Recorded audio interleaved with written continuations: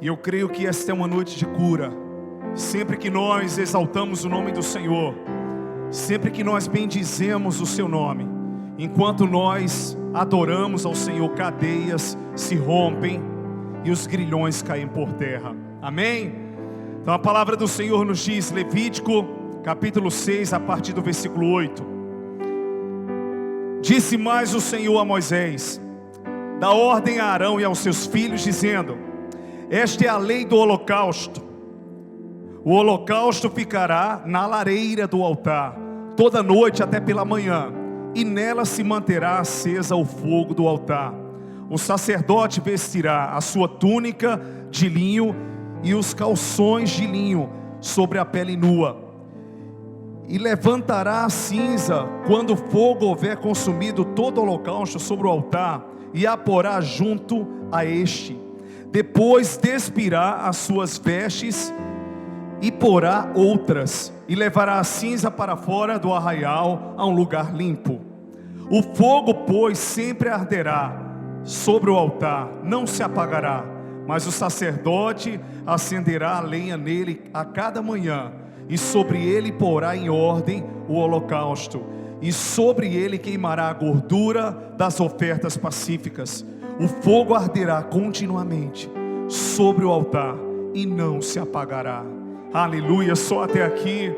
Curve a sua cabeça, feche os seus olhos. Eu quero estar orando por você nesta hora. Meu Deus, em nome de Jesus, eu quero colocar cada vida diante do Senhor. Cada pessoa que veio aqui nesta noite, Pai, com um propósito de ouvir a Tua voz. Nada tem a ver comigo, nada tem a ver com quem toca, com quem canta, com quem ministra, ora, mas tudo tem a ver com a Tua palavra e com a Tua presença. Meu Deus, seja glorificado através de mim, que eu possa diminuir e que o Senhor cresça. Que o Senhor venha aos corações, Pai, como relâmpago. Que a Tua palavra venha como uma espada aguda e afiada, como ela mesma é, e toque, penetre até a divisão das juntas e medulas da alma do Espírito, discernindo aos corações aquilo que o Senhor deseja falar. Meu Deus, seja glorificado, que haja cura, que haja libertação, que haja liberdade no Teu Espírito para glorificação. Não queremos sair daqui da forma que nós chegamos, queremos sair diferentes, Pai, e cremos que a Tua palavra é renovadora, transbordadora e redentora, em nome de Jesus. Se você recebe, diga amém, e aplauda mais uma vez ao Rei da Glória, porque Ele é digno. Aleluia, mais forte é Ele. Nós chamamos Jesus, Tu és tudo para nós. Meus lindos, eu quero ministrar nesta noite. O tema que o Senhor propôs no meu coração, preste atenção, foi: removendo as cinzas da nossa história. Diga assim comigo: removendo as cinzas da minha história. É interessante que quando nós pensamos em cinza, nós pensamos no resto daquilo que foi queimado.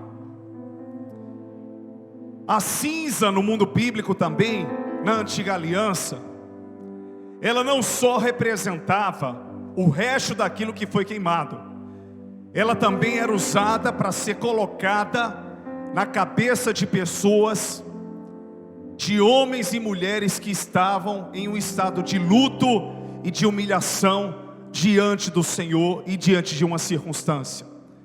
Eles colocavam cinzas sobre a sua cabeça, tanto como ato de humilhação, como também as cinzas, elas tinham que ser removidas ali do altar, para que o altar fosse limpo.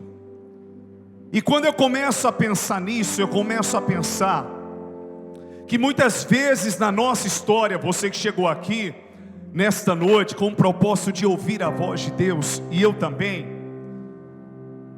nós temos muitas cinzas que ainda precisam ser extirpadas, precisam ser removidas da nossa história, porque elas fazem parte da sobra daquilo que não existe mais.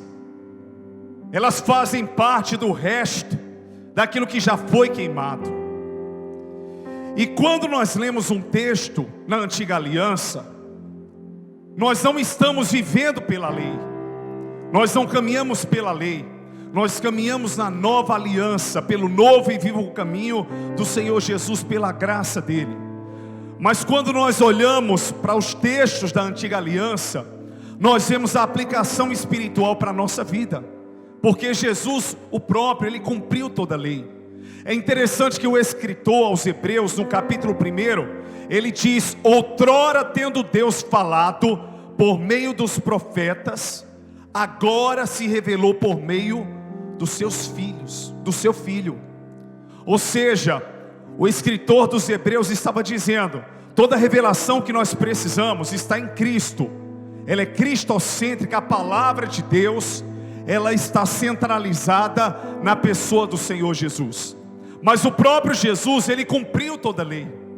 Diz a palavra que para que as pessoas elas fossem ali limpas do seu pecado, o sacrifício tinha que ser oferecido. E o sacrifício tinha que ser com cordeiro, com gado, que ele não tivesse nenhuma imperfeição, mas que ele fosse perfeito, para que Deus recebesse o sacrifício por meio do sacerdote. Então a palavra apresenta em Hebreus Jesus como sendo o sumo sacerdote que por excelência e com perfeição cumpriu a missão. A palavra do Senhor também nos diz lá em Hebreus que Jesus, por meio do seu sacrifício, o véu do templo foi rasgado e nós podemos entrar com ousadia pelo novo e vivo caminho. Nós podemos adorá-lo com liberdade. Nós podemos chegar e nos aproximarmos do Santo dos Santos, que era um lugar restrito só ao sumo sacerdote, que entrava uma vez no ano, e se ele estivesse em estado de impureza, ele era consumido pelo fogo de Deus. E é interessante que quando Deus começa a entregar as ordenanças a Moisés, ele coloca para Moisés também como profeta, como deveria ser o funcionamento do altar e do holocausto. Arão era irmão de Moisés e sacerdote, e os seus filhos também. O livro de Levítico foi destinado aos levitas. Para muitos aqui, os levitas eram aqueles que apenas tocavam instrumentos, e muitas vezes a gente chama nos dias atuais: olha, um levita do Senhor. Mas ele não tinha só essa missão, ele tinha a missão também de guardar o templo, de vigiar, de cuidar dos utensílios sagrados, de ter um zelo especial por aquilo que era oferecido ao Senhor. Então existem várias características que englobam a pessoa do levita.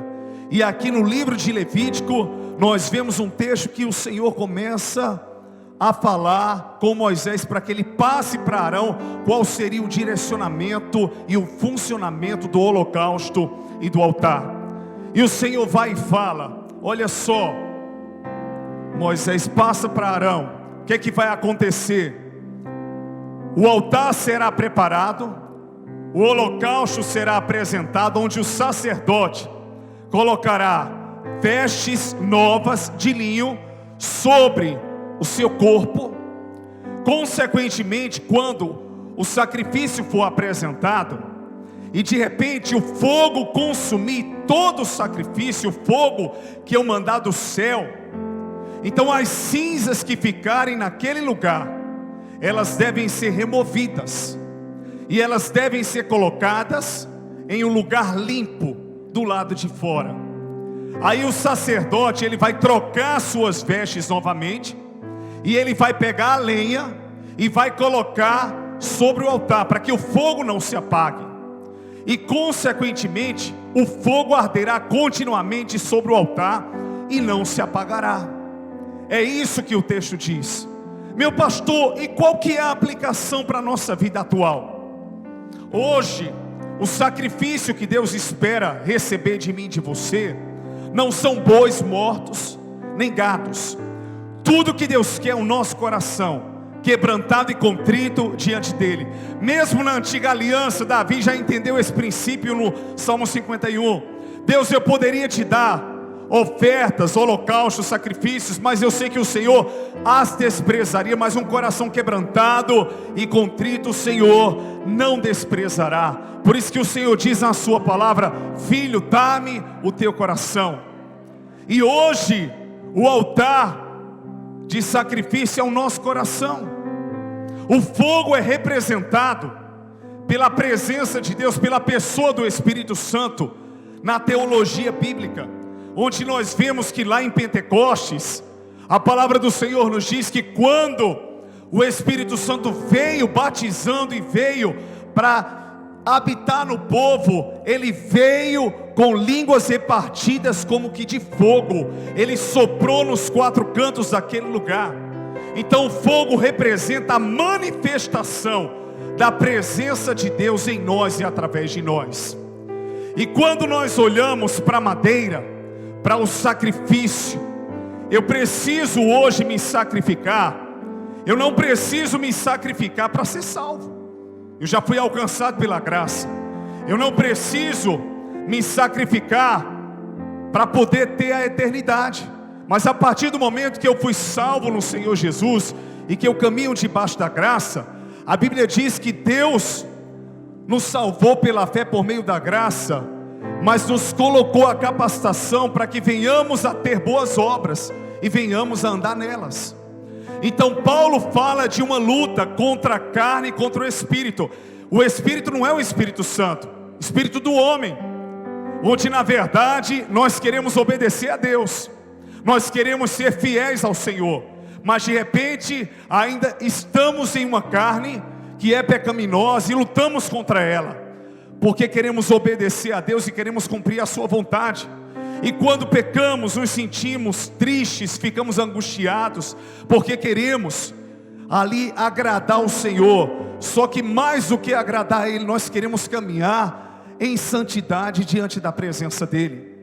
Então a madeira apresentada, essa mortificação da nossa carne todos os dias, é você negar a você mesmo. É quando você quer explodir pela carne, você não explodir. É quando você quer xingar uma pessoa no trânsito, você se controlar e não xingar. É quando você quer voar na orelha de um, você não voar. É quando você quer chamar um palavrão, você chama um palavrão, Deus te abençoe.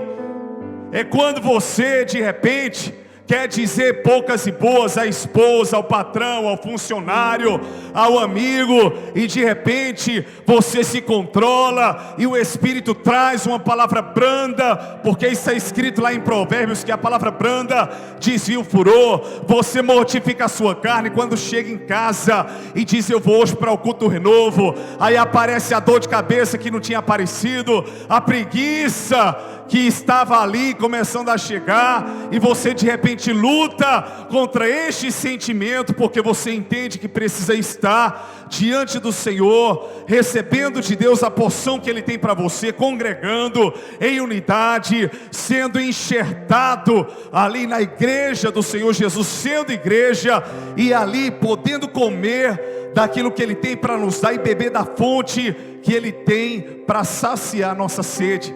Então de repente você começa todos os dias a buscar mortificar a sua carne. Você quer ser um ser humano melhor. Quantos querem aqui, daqui a 5 anos, 10 anos, serem melhores daquilo que são hoje? Deixa eu ver, façam assim com as suas mãos. Pronto, amém? Agora fala para o seu irmão, diga: aperta o cinto, que o pastor vai começar a pregar agora. Removendo as cinzas da nossa história. Não tem como avançar com o coração sujo.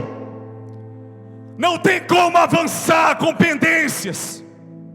Não tem como avançar sobrevivendo do resto. Por mais que um sacrifício tenha sido recebido, por mais que você tenha vivido boas experiências, você não pode hoje se alimentar simplesmente do saudosismo do passado.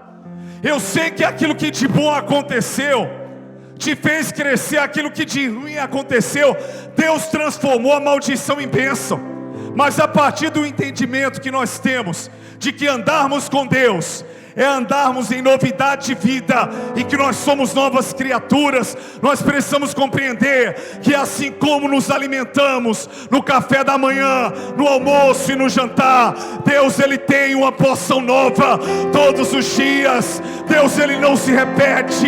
Ele é um Deus que na sua multiforme graça, Ele fala de maneira particular, de maneira íntima. Ele não está dando migalhas, Ele não está dizendo o fogo vai queimar com cinzas. Ele está dizendo: meu filho, esse processo e esse ciclo já passou, esse tempo já passou, esse holocausto eu já consumi. Tira as cinzas do altar, limpa o coração, limpa a tua história daquilo que hoje tem sido empecilho, para que o novo fogo venha, para que o altar continue aceso. E eu quero declarar pela fé que o Senhor te trouxe aqui nesta noite, dizendo a você e para te revelar que é Ele que manda o fogo, mas quem tem a responsabilidade de limpar o altar sou eu e é você. Diga para o seu irmão, diga: pega a pá e a vassoura. Diga para o seu irmão e começa a varrer a casa, começa a limpar o altar, começa a limpar as emoções, o casamento, a vida profissional, a bagunça financeira. Começa a limpar a tua mente. Se você vê as coisas em uma ótica, comece a olhar de outra perspectiva, não da sua, não da minha, mas da perspectiva de Deus e da sua palavra. Quantos creem que é desse jeito que Deus vai nos honrar? Diga aleluia e aplauda lindamente ao Rei da Glória. Oh, mais forte, mais forte. Só mais um pouco de retorno, meus lindos. Eita Deus maravilhoso. Diga para o seu irmão, diga: limpa a casa. Você está na igreja, é para ser igreja. Você não é parte da igreja, você é igreja. Você não é bastardo, você é filho. Diga ao sacerdote que limpe o altar.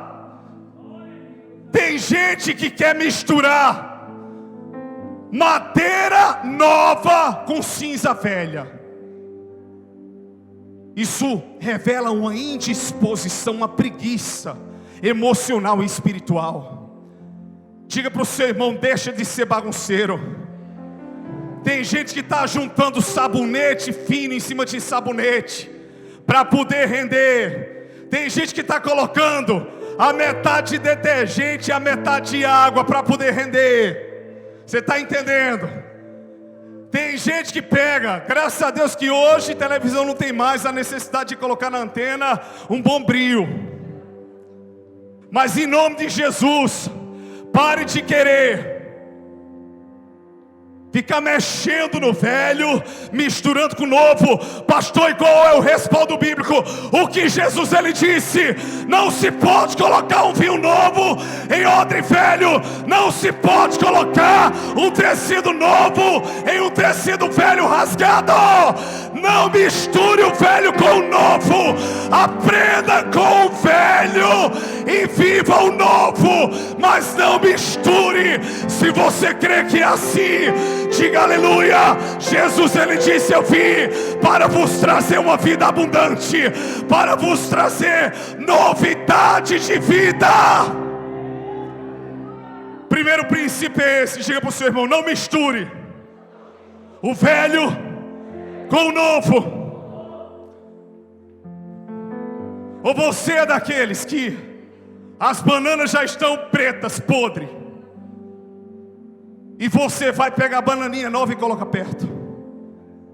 Pega a batata doente e coloca junto das batatas saudáveis. O que é que eu estou querendo dizer? Por melhor ou pior que tenha sido o que aconteceu, aconteceu.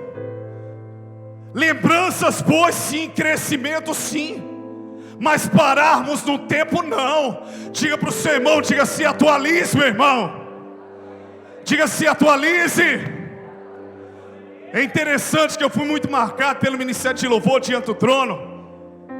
E eu vi hoje na postagem da Ana Paula, ela fazendo uma brincadeira que ela colocou, como seria o encarte desse último álbum, caso ainda tivéssemos o CD físico.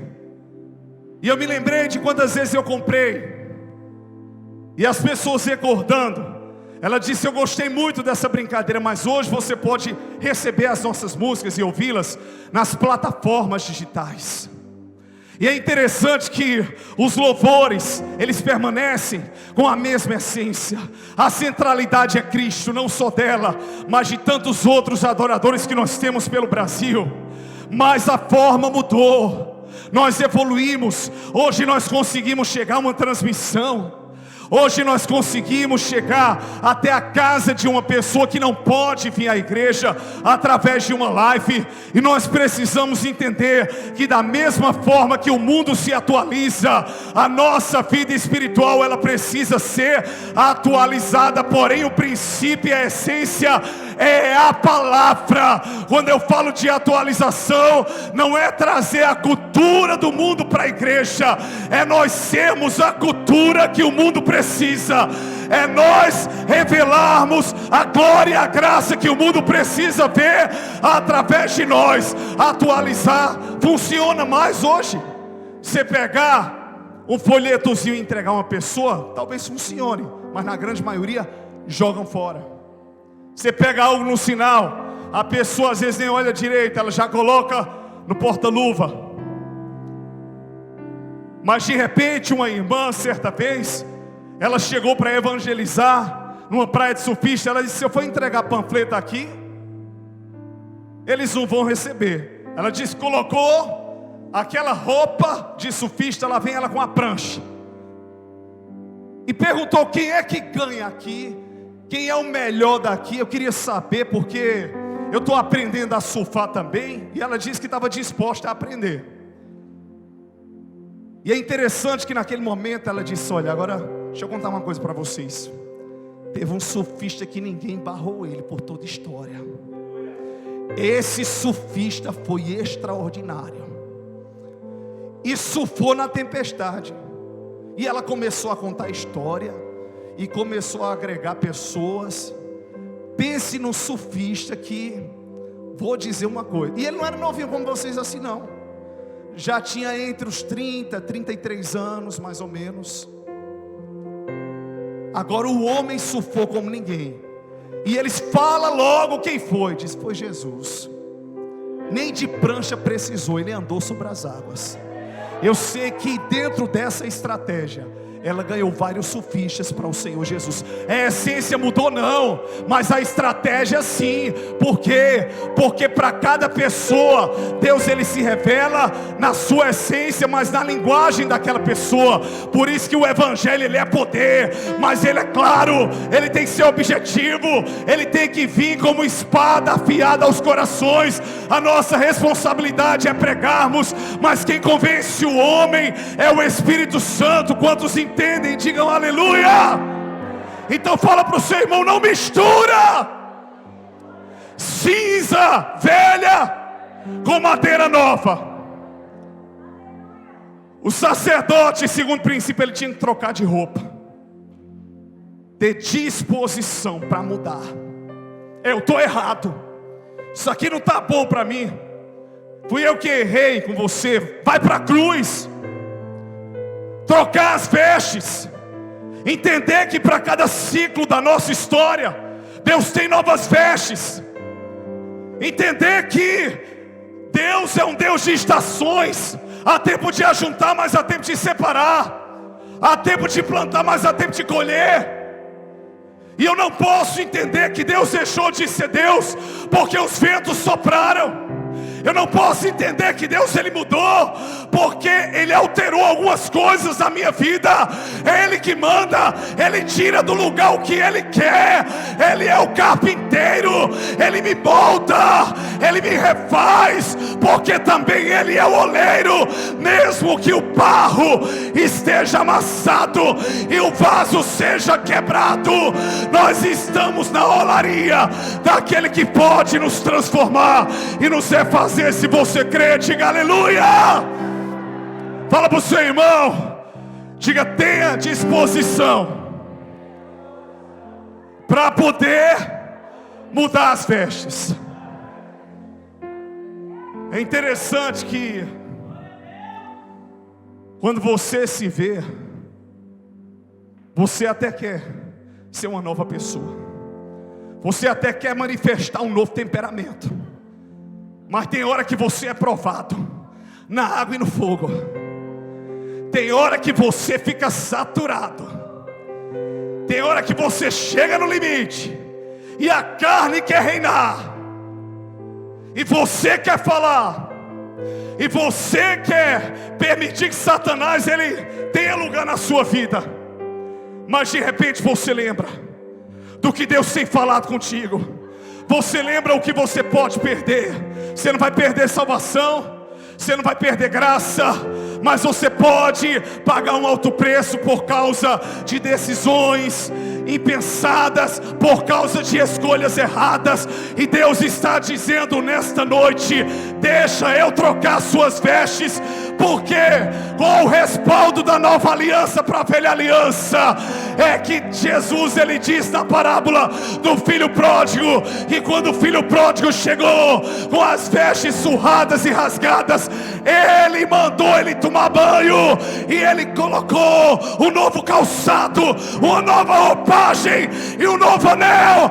Deus ele está te dando uma vestimenta nova para o seu trabalho, uma nova estratégia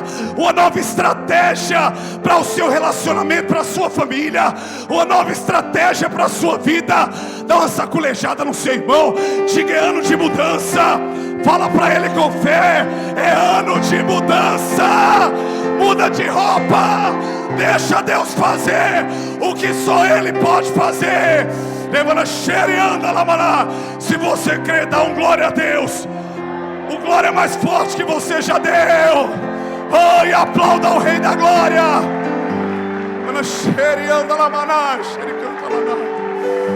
Eita, Deus tremendo. Diga ao sacerdote que troque as vestes. E quantas vezes nós estamos com a mesma roupagem, nós estamos vivendo a mesma realidade, e Deus quer nos dar vestes novas. Tem disponibilidade? Tem. As vestes são de linho, como diz a palavra, que o Senhor ordenou ao sacerdote. Mas nós estamos mantendo a roupagem velha da nossa história. Você não é museu para ser um stand-up do passado. O seu passado é o seu testemunho. Você hoje é sacerdote, você hoje é filho, você é a primícia de Deus. Diga para o seu irmão, diga: você está na galeria dos heróis da fé. Vós sois, disse Pedro, usado por Deus, nação eleita, sacerdócio real, povo santo, de propriedade exclusiva de quem? Do pastor André da igreja de Conta das Águas. Não, você é propriedade exclusiva de Deus. O guarda-roupa do teu coração vem dele.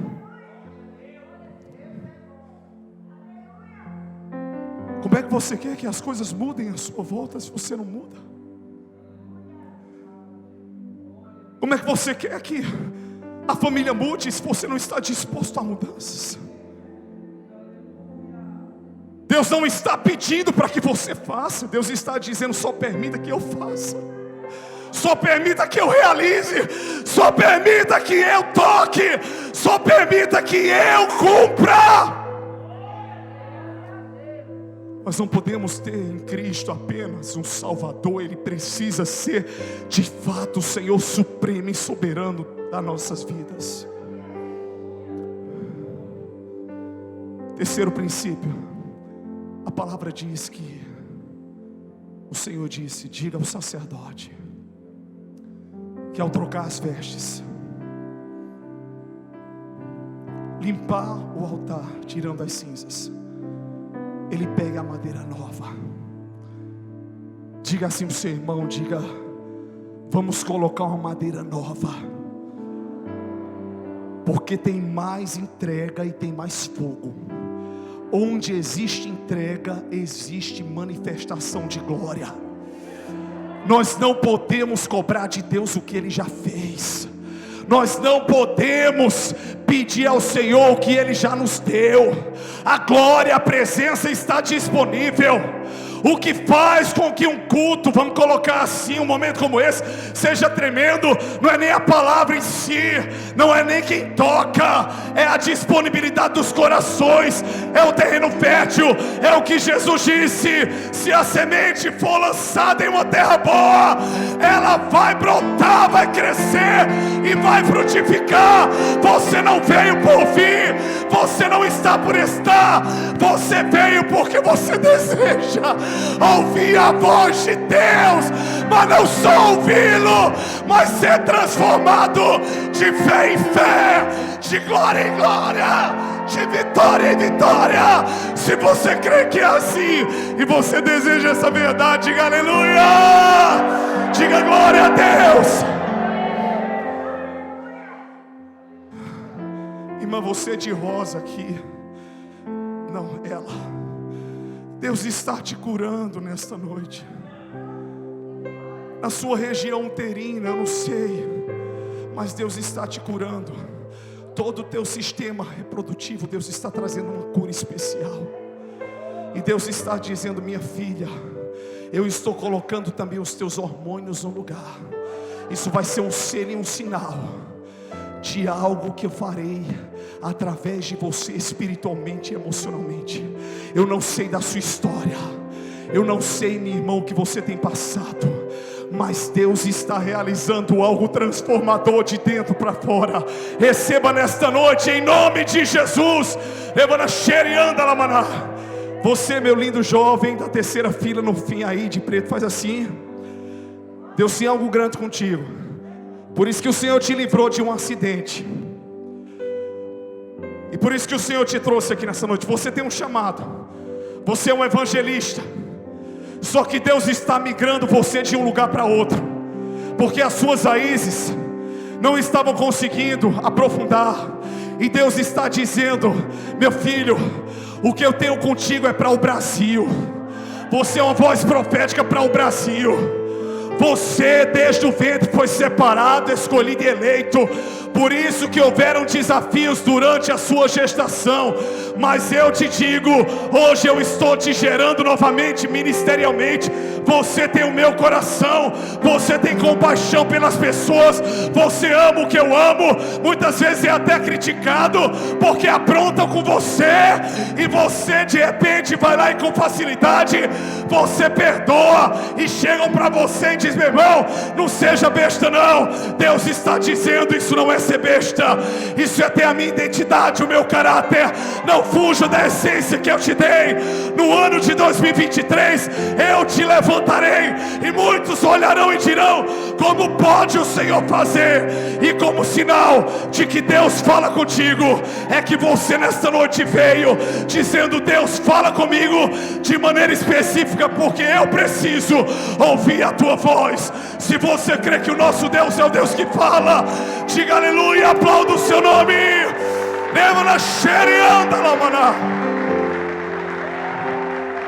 Irmão, você de branco aqui, ao lado dessa senhora, pronto, coloca a mão no seu coração.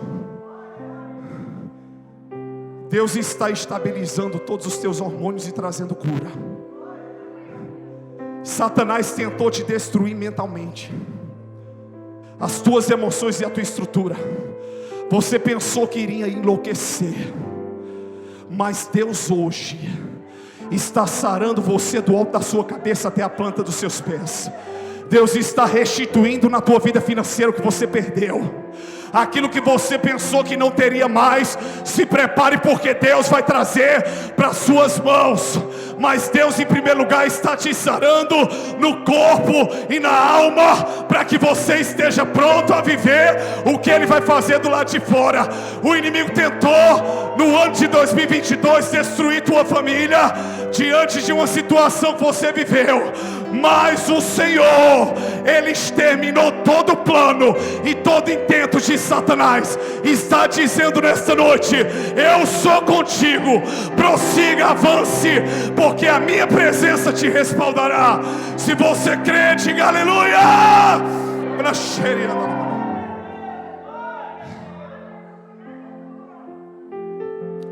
Pegue a madeira. Diga para o seu irmão: pega a madeira, meu irmão. Madeira nova. Qual foi a profissão do Senhor Jesus? Qual foi a profissão do Senhor Jesus? Diga comigo: carpinteiro. Carpinteiro. Ele cortou madeira, Ele fez móveis.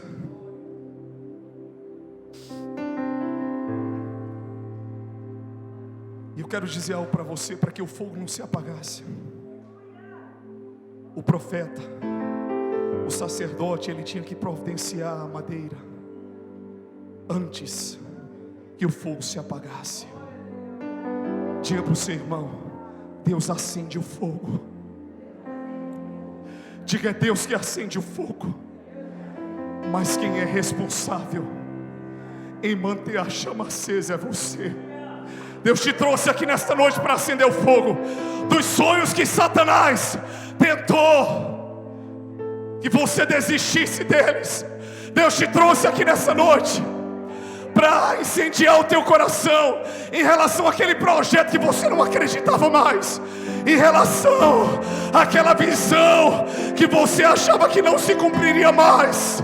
Talvez aquele menino, aquela menina, aquele homem, aquela mulher que estava tão adoentado, tão adoentada, você não acreditava mais que Deus iria fazer.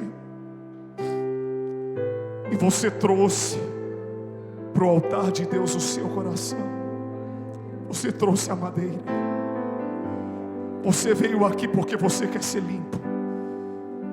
E Jesus diz que é a palavra que nos limpa.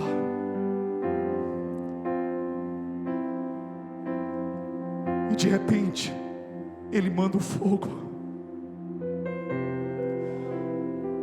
Mas quem vai manter a chama acesa é você. Fala para o seu irmão: quem vai manter a chama acesa é você. Diga: o fogo não se apagará. E Deus disse: o fogo não se apagará. O fogo não vai se apagar. É só você se posicionar. É só você decidir. É só você entender quem você é em Deus, quem Deus é em você. É só você não abrir mão da presença. É só você se manter firme no propósito que Deus te estabeleceu. Só se exponha diante da glória. Venha para a igreja como você está, que quem vai dizer como você ficará é o Espírito Santo, por meio da palavra e por meio daquilo que Ele fará. Se exponha a essa palavra, se exponha à presença, se exponha à glória, e o mais o Senhor fará. Você não tem noção que enquanto você está aqui, Deus está movendo os céus lá na sua casa. Deus está provendo o que você precisa como suprimento na quinta-feira, amanhã, na sexta-feira, no sábado. E eu quero declarar uma palavra profética. Quinta, sexta e sábado, nesses 3 dias, Deus vai trazer um fogo sobrenatural sobre a tua história. Diga para o seu irmão: diga: deixa queimar. Diga: deixa queimar. E não deixe se apagar. Existem momentos na presença de Deus que são tão únicos, tão singulares, tão especiais, que tudo que você precisa é se render. Quando o profeta teve a visão das torrentes de águas purificadoras, elas iam subindo. Aí você coloca a mão no seu coração, fecha os seus olhos e diga assim: Deus, fala comigo. Diga: Deus, queime o meu coração. Acende a chama, Senhor, para a tua glória. Diga: eu não quero ser o mesmo, eu não quero ser a mesma. Eu preciso viver algo novo.